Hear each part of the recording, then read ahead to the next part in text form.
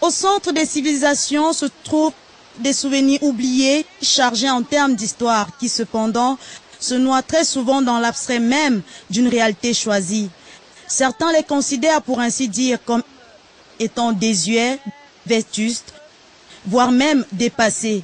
Mais pour d'autres, eh bien, il faut dire qu'ils font cas de sujets anthropologiques du qui ou comment d'un passé qui se veut aujourd'hui révolution contemporaine. Qui sont-ils? Eh bien, à chaque fois, nous nous posons la même question et nous essayons d'apporter les réponses qu'il faut. Mesdames et messieurs, bonjour ou bonsoir à vous selon l'heure à laquelle cette émission vous parvient à l'instant. Sachez que vous faites bien d'être des nôtres en ce jour, car après la belle excursion entamée du côté de la ville d'Ekona, nous avons décidé de séjourner encore pour quelque temps au Cameroun pour partager et découvrir de nouvelles curiosités.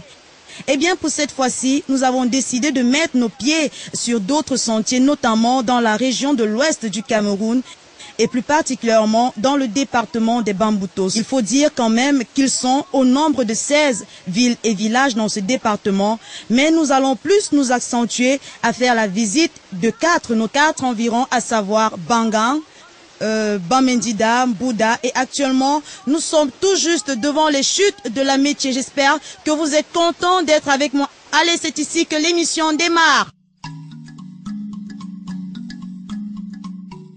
Amis téléspectateurs, bonjour à vous. Eh bien, aujourd'hui, je vous amène hors des sentiers battus à la découverte du département des Bamboutos, où il se raconte qu'il y réside d'ailleurs les nouveaux riches de la région de l'ouest du Cameroun. Et pour ma part, j'avoue que je me pressais de participer à ce voyage folklorique, bien que dans le guide, il est dit que les visites au cœur des périphériques sont souvent limitées pendant la saison des pluies à cause des accès difficiles. Pourtant, j'y garde encore un bon souvenir. Premier arrêt dans un coin paradisiaque, les chutes de la Métier, dans un décor qui tente de faire oublier l'histoire.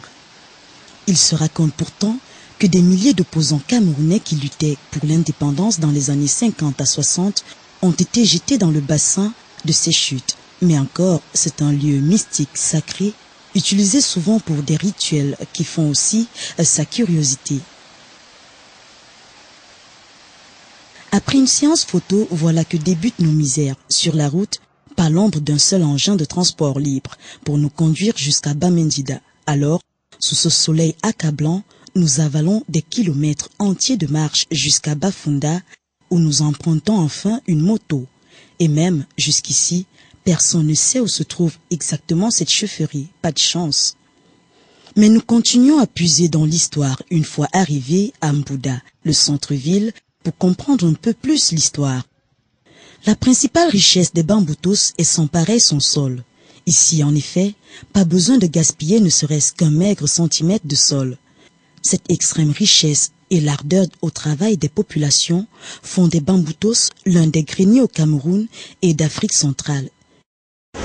Si vous voyez des pommes de terre, de grosses pommes de terre, très farineuses, très bien, sachez que ça vient de Mbouda, c'est mon Bamboutos.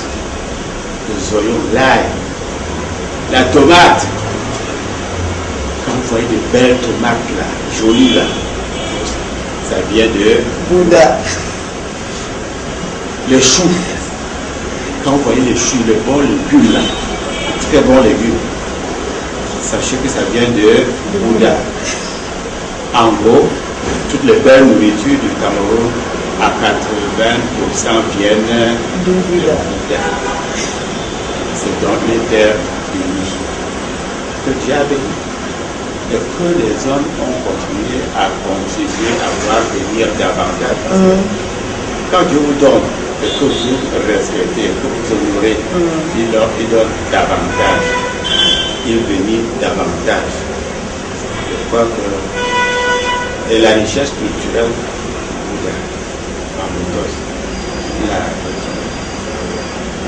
quand vous allez quitter l'ouest en direction du littoral, en direction du centre, arrêtez-vous partout où vous allez voir les fruits, les pommes de terre, les patates. En route là, arrêtez-vous, les melons, arrêtez-vous parlez Yéban, parlez Gombale, parlez Bamboutos. On va vous répondre en patois. On va vous répondre en langue maternelle Bamboutos. Ça veut dire que c'est les gens qui savent aller vers les autres, embrasser la culture des autres, se laisser accepter par les autres. Parce qu'ils viennent de tout cœur et ils donnent tout ce qu'ils ont dans le cœur de bien. Ils sont alors acceptés. Ils sont intégrés. Ils s'intègrent aisément.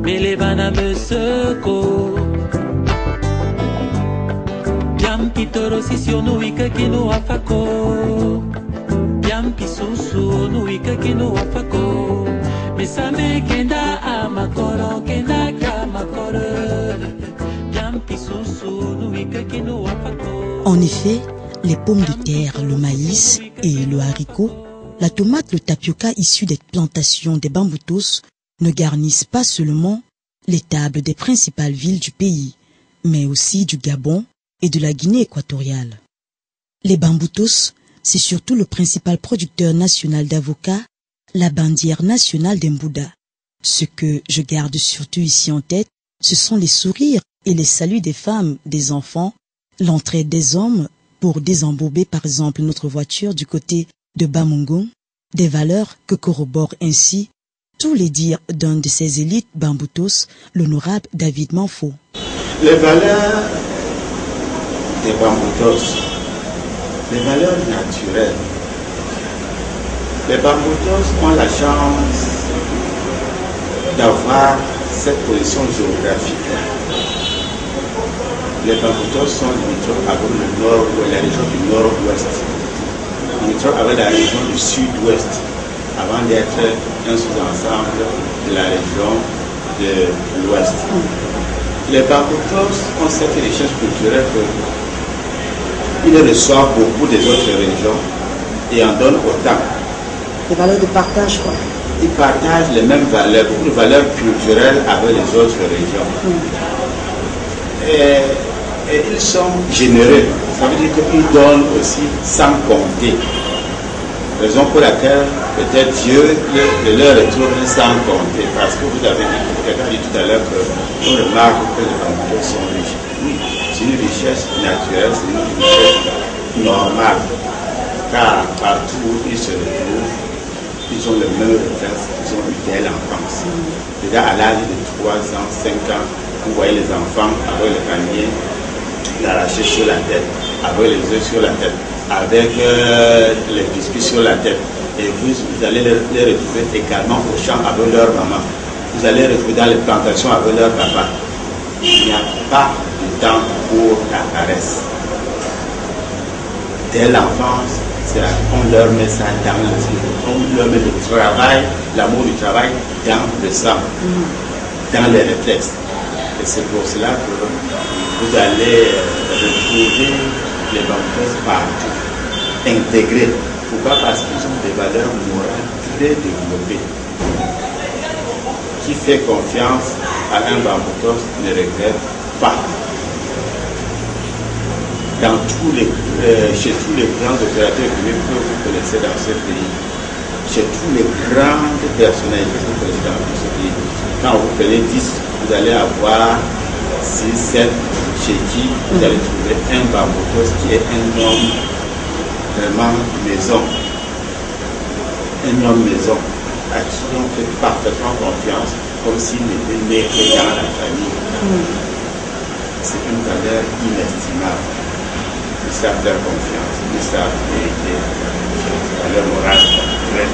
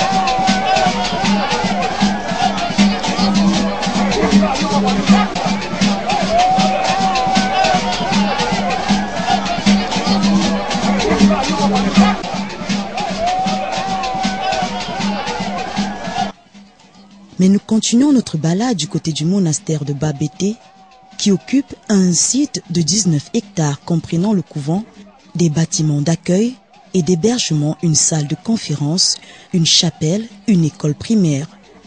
C'est un sanctuaire naturel de repos où les sœurs, pour subvenir aux besoins, gèrent une plantation agricole et surtout de plantes médicinales.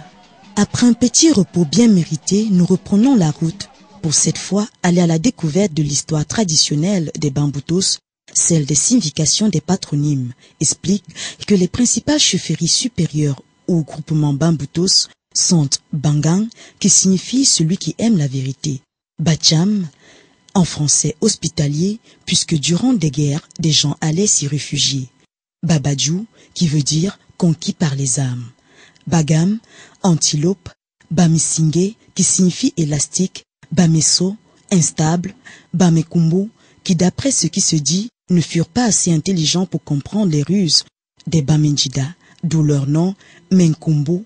Il y a aussi les Bamete ou Pachuengo Katso, qui veut dire ceux qui soulèvent une pierre inamovible. D'après une légende, avec leurs frères les Bamenjida, Bamenkumbo, Bafunda, Bamenjo et Bamesa, ils trouvèrent un jour une grosse pierre qu'ils s'efforcèrent les uns et les autres de soulever et de déplacer. Mais pour finir, ce sont les Bamete qui ont réussi le pari. Une histoire sans doute très riche en curiosité, dites-vous. Allez, c'est tout pour le moment. Il est temps à présent d'aller à la rencontre de Fota Nefo, chef de Bamendida, un écrivain hors pair qui a mis il y a peu sur le marché un bouquin qui parle des traditions. Après plusieurs péripéties, nous avons pu ainsi retrouver finalement la route de Bamendida. Et juste derrière nous se trouve justement la chefferie en question, la chefferie à l'intérieur de laquelle nous allons pouvoir ainsi avoir l'occasion de rencontrer un artiste comme on n'en voit pas tout le temps, puisque lui c'est le chef de Bamendida. Il est un écrivain, il a sorti tout récemment un livre. Alors, de quoi est-ce que parle exactement ce bouquin en question? Eh bien, c'est ce que nous allons le découvrir dans les minutes qui suivent. Action. Alors, Sa Majesté, bonjour. Dans les couloirs, il s'est dit que vous avez sorti tout récemment un livre. On aimerait savoir de quoi est-ce que les questions, quel est le titre et de quoi est-ce que parle justement ce bouquin. Bon, merci de me donner l'occasion de parler de ce livre et aussi merci de vous intéresser à ma modeste personne. Tenant compte du fait que la plupart de nos frères et sœurs ne maîtrisent pas les traditions, nous avons voulu bien mettre à leur portée quelque chose qui leur permette de comprendre les traditions de fond en comble, en longueur et en largeur. Donc le livre est intitulé La chefferie d'hier, d'aujourd'hui et de demain. On la voit, la chefferie d'hier dans le temps, dans la colonisation, dans l'esclavage et la traite négrière, la chefferie d'aujourd'hui avec tout ce que ça comporte comme la modernité, les gens suivent de plus en plus les radios, c'est une déchirure de plus en plus la télévision, l'internet. Bon, les enfants ne se ressourcent plus auprès du village. C'est les médias qui incarnent tout cela. Donc il n'y a pas d'espace pour pouvoir initier les jeunes à la tradition. C'est pour cette raison que nous avons donc décidé de mettre sur pied un livre qui parle des traditions, comme je viens de le dire. Et le deuxième tome est déjà en train de se préparer. Ah, d'accord. J'ai évité de présenter le livre parce que le stock est épuisé, justement. Et à combien est-ce qu'il se vendait le livre en question? À 10 000 francs. À 10 000 francs. Disons que ça ne se vend pas, mais ça se demande avec 10 000 francs. Ouais. Voilà, ça se demande avec 10 000 francs. Et vous avez écoulé déjà combien dans le stock? Oui, à l'heure actuelle, on est à 10 000 pièces de vendues. On est à 10 000 livres de vendus. Et nous sommes en train de le traduire en anglais pour le vendre à la diaspora des États-Unis et des pays anglophones. Disons, vendre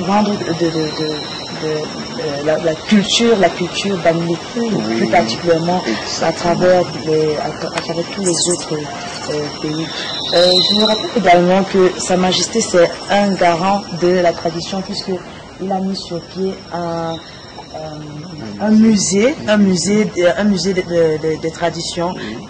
Qui est basé sur 3 thèmes, qui est construit sur 3 thèmes, à savoir l'art, la tradition et l'esclavage. Voilà les 3 thèmes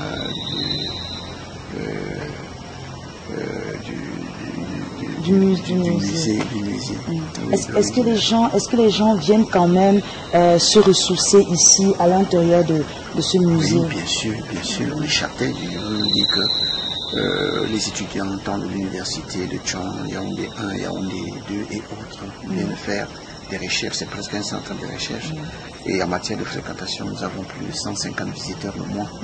Oui, avec 2012 qui venait de s'écouler, nous avons connu 3750 visiteurs et plus. Et les traditions, ça se passe de bouche à oreille. Il est temps pour nous de codifier, parce que les Blancs avancent. Parce qu'à chaque expérience, eux, ils écrivent. Et ça permet aux générations futures de faire des recherches, de comprendre le passé. Parce que le présent serait incomplet s'il n'intègre pas la vérité sur le passé. Voilà. Et déjà qu'on a 2 fêtes. On a 2 fêtes biennales. Il y a le Nékou, qui est la fête de purification du village, qui venait de se danser dimanche 10 mars passé, et nous avons en novembre la fête du Tarot. Oui. Donc les 2 fêtes-là donnent l'occasion aux populations et aux jeunes générations de comprendre les traditions et autres. Oui, le Bamboutos est composé de 16 villages, et chaque village a ses traditions, chaque village a sa façon de manifester, vous voyez, son existence, à travers soit les danses, soit les funérailles, soit des manifestations comme les fêtes des tarots et autres, par exemple à Babadou. Le lard, ils ont une semaine culturelle de l'art qui se danse tous les 1er janvier du mois et c'est vraiment très, très intéressant. J'ai eu l'occasion d'être invité cette année et j'ai pris part et c'était vraiment très intéressant. J'ai trouvé ça génial. Ça devrait en principe constituer. Alors si beaucoup de chefferies pouvaient revaloriser ces danses traditionnelles, on pourrait en constituer ce qu'on peut appeler les circuits touristiques du département de Bamboutos, associés aux cités touristiques. Voilà. La chefferie traditionnelle a toujours été l'objet de contestation et de postulation. C'est tout à fait normal à partir du moment où un chef a plusieurs enfants. Chacun peut se dire qu'il a le droit. Chacun peut se dire qu'il a le droit d'être chef, mais pour trancher, le chef de fin en mourant doit choisir son héritier. Oui. Et comprenez aussi que c'est un pouvoir. C'est vraiment un pouvoir. Et un pouvoir ne se donne pas comme vous le... Oui, ça s'arrache en fait. Parfois, on l'arrache parfois. Merci à vous, Majesté, pour tous ces éclairages. À présent, il est temps pour nous de souffler en musique.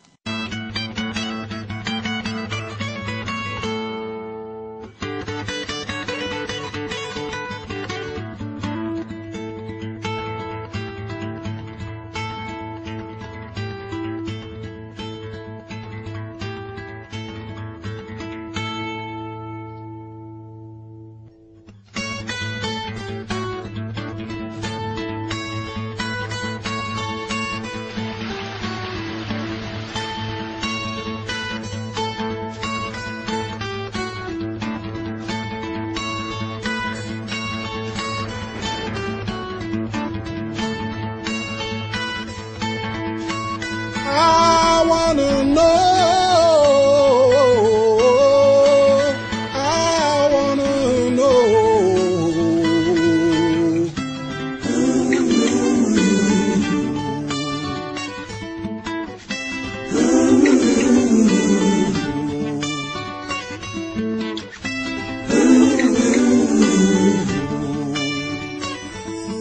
I wanna know. Show me the way. How can I come close to you? Wanna know. Show me the light when I get close to you.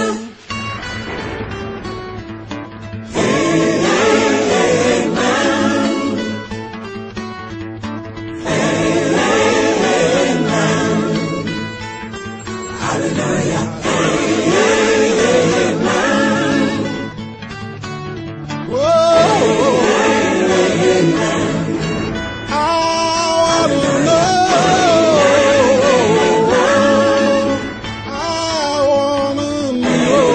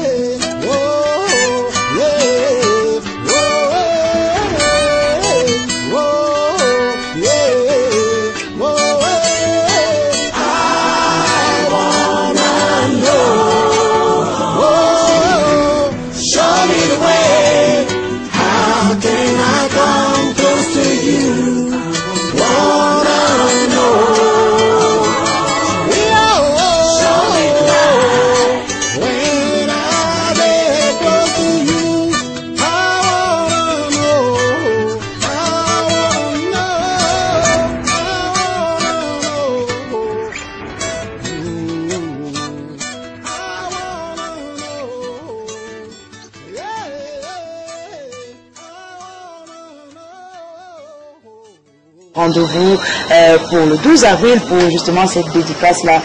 Entre-temps, moi, je vous laisse en compagnie du rencard parce que malheureusement, c'est ici qu'on doit terminer notre émission d'Afrique Voyage. On se retrouve la prochaine fois avec le même plaisir. Allez, au revoir, prenez soin de vous.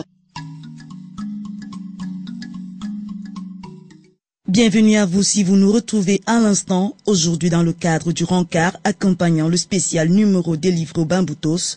Je vous invite à un concours d'idées international baptisé le pavillon de l'architecture en terre à Niamey, plus particulièrement du côté du musée national Boubou Hama au Niger. Ce pavillon d'exposition devra être le témoignage vivant de l'architecture en terre contemporaine, étalant les possibilités offertes par les techniques de construction en matériaux locaux et plus particulièrement la terre.